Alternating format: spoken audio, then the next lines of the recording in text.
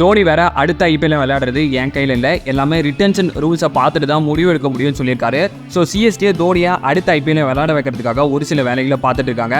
இப்போ ரீசெண்டாக ஒரு மீட்டிங் நடந்துச்சு இல்லையா, அதில் சிஎஸ்கே சைட்லேருந்து 5 வருஷத்துக்கு முன்னாடி ரிட்டையர் ஆன இந்தியன் பிளேயரை அன்கேப்டு பிளேயரை அனௌன்ஸ் பண்ண சொல்லி கேட்டிருக்காங்க. ஆக்சுவலி இது புது ரூல்லாம் ஒன்றும் இல்லை, 2021 வரை இது இருந்துச்சு. பட் 2022 மெகா ஆக்ஷனில் அது எடுத்துட்டாங்க.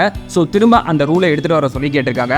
அப்போ ஒரு 6 பிளேயர் ரிட்டன்ஷன் பண்ணணும்னு சொன்னால் ஈஸியாக தோனியை கம்மி விலையில் சிஎஸ்கேவோட ரிட்டைன் பண்ணிக்க முடியும். பட் சிஎஸ்கேவோட இந்த சஜஷனுக்கு மற்ற ஐபிஎல் ஃப்ரான்ச்சைஸ்லேருந்து பெருசாக ஆதரவு கிடைக்கல.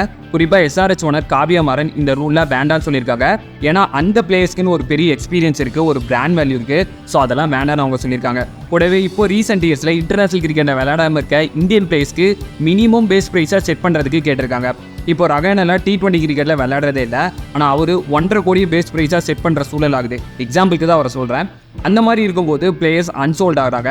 அதை கொஞ்சம் மாற்ற சொல்லி கேட்டிருக்காங்க ஃப்ரான்ச்சைஸிலாம். அண்ட் நம்மளோட முன்னாடி வீடியோவில் ஒரு பார்ட்டாக சொல்லியிருந்தோம், என்னன்னா இந்த ஆக்ஷனில் செலக்ட் ஆனதுக்கப்புறம் கடைசி நேரத்தில் வெளியில் போகிறாங்க இல்லையா, ஐபிஎல் ஸ்டார்ட் ஆகிறதுக்கு 1 வாரம் 1 மாதம் அந்த மாதிரி டைமில் வெளியில் போகிறாங்கல்ல, அவங்கள மினிமம் ஒரு 2 வருஷத்துக்கு ஐபிஎல்லேருந்து பேன் பண்ண சொல்லி கேட்டிருக்காங்க. ஒரு பிளேயரை அந்த ரெஸ்பெக்டிவ் கிரிக்கெட் போர்டு இன்டர்நேஷனல் கமிட்மெண்ட்காக கூப்பிட்டாலோ இல்லை இன்ஜுரியோ இல்லை தவிர்க்க முடியாத ஃபேமிலி சுச்சுவேஷன்ஸ் இருந்தால் மட்டும் அவங்க போய்க்கலாம். மற்றபடி கம்மியான விலைக்கு ஏலத்தில் போயிட்டோன்னு இந்த மாதிரி ப்ராப்பர் ரீசன் இல்லாமல் விலகிறவங்கள 2 வருஷத்துக்கு பேன் பண்ண சொல்லி ஃப்ரான்ச்சைசி சஜஸ்ட் பண்ணியிருக்காங்க.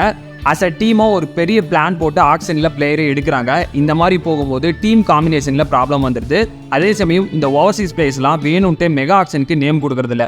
ஏன்னா மெகா ஆக்ஷனை காட்டிலும் மினி ஆக்ஷனில் தான் அமௌண்ட் நிறையா இருக்கும். உதாரணத்துக்கு 2022 மெகா ஆக்ஷனில் இஷான் கிஷன் அதிகபட்சமாக 15 கோடிக்கு போனார். ஆனால் லாஸ்ட் இயர் மெகா ஆக்ஷனில் மிச்சல் ஸ்டார்க் என்ன வேலைக்கு போனார்னு உங்களுக்கே தெரியும். ஸோ அந்த மாதிரியான மைண்ட் கேம்ஸ்லாம் ஓவர்சீஸ் பிளேயர்ஸ் விளையாடுறதுனால அதுக்கான ஆக்ஷனை எடுக்க சொல்லி கேட்கப்பட்டிருக்கு. இந்த லாஸ்ட்டாக சொன்ன 2 பாயிண்ட்டுக்குமே 10 ஐபிஎல் டீம் சைட்லேருந்து ஆதரவு கிடைச்சிருக்கு.